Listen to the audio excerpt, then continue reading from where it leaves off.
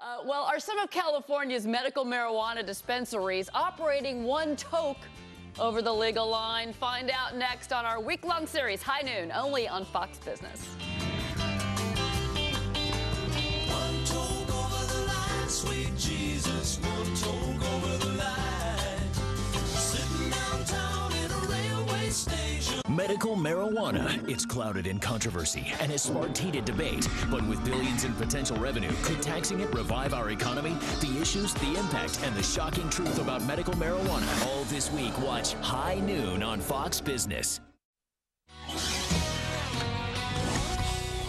The Obama administration says going after medical marijuana users is a waste of time, but our next guest does not agree with that. He says many medical marijuana dispensaries are operating outside the law and should be shut down.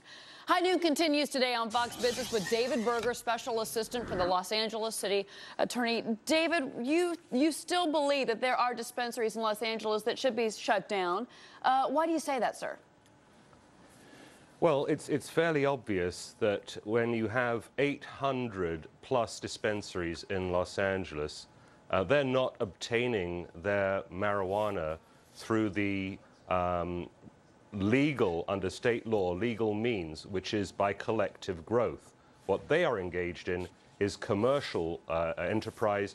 That is not permitted under state law, and neither is it permitted under federal law. Yeah, there's, we heard a quote, I think it came from you, about the fact that there's more medical marijuana clinics in Los Angeles than Starbucks. Is that right? That's absolutely right. More, I'm not even going to call them medical marijuana clinics because they're not medical. They're a pretext, okay? They're really serving the recreational use industry. And I'm just going to show you guys something. I don't know if you can see that over on your side of America. This is a 132-page glossy magazine. It's called Kush, which, in case you don't know it, is a slang term for marijuana. 132-page glossy, high-quality magazine. Adverts cost about $775 a page, and that's according to their figures. And they're offering, you know, free joints on your first visit, happy hour special, you know. But David, what you're saying, hold on. 20% off. But what you're saying this is commercial use. Okay, but let me bring the other side of this in. I mean, look at this recent Gallup poll and look at what Americans are saying overall about the use of marijuana. 44% of Americans support legalizing marijuana. That's an all-time high. I mean, the polls are showing us, and there's other polls out there that kind of back this one up, that say that folks overall are saying that marijuana is going to go the way of alcohol in the days of prohibition, that this is just a matter of time before it becomes legal overall. What do you say to that? You know what I say, you're absolutely right. It is a matter of time, but it's not the time right now.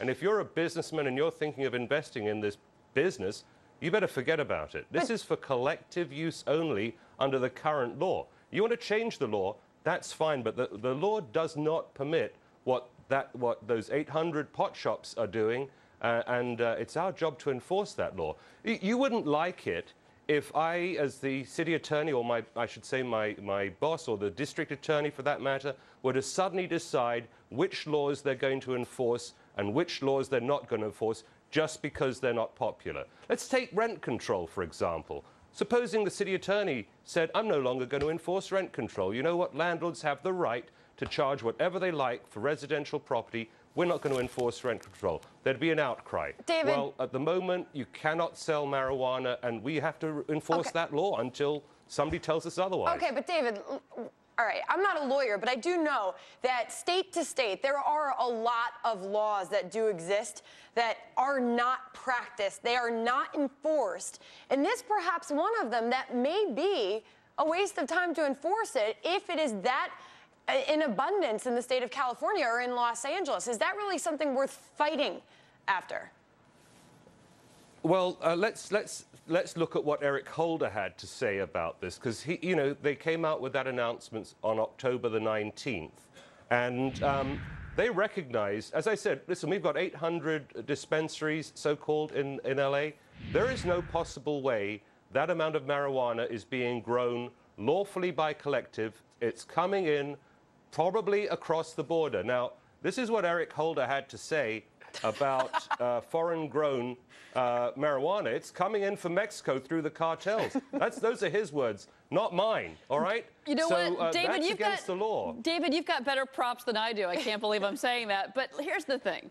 And of course, we did go through the statement from the administration and from Eric Holder. And they of course, are telling prosecutors absolutely go after illegal activities. But we had Joanna LaForce on the show earlier this week. She owns the pharmacy in Los Angeles. She is operating under the law, under California state law. So don't you think it's important to differentiate between those that are following state law and those that are breaking it?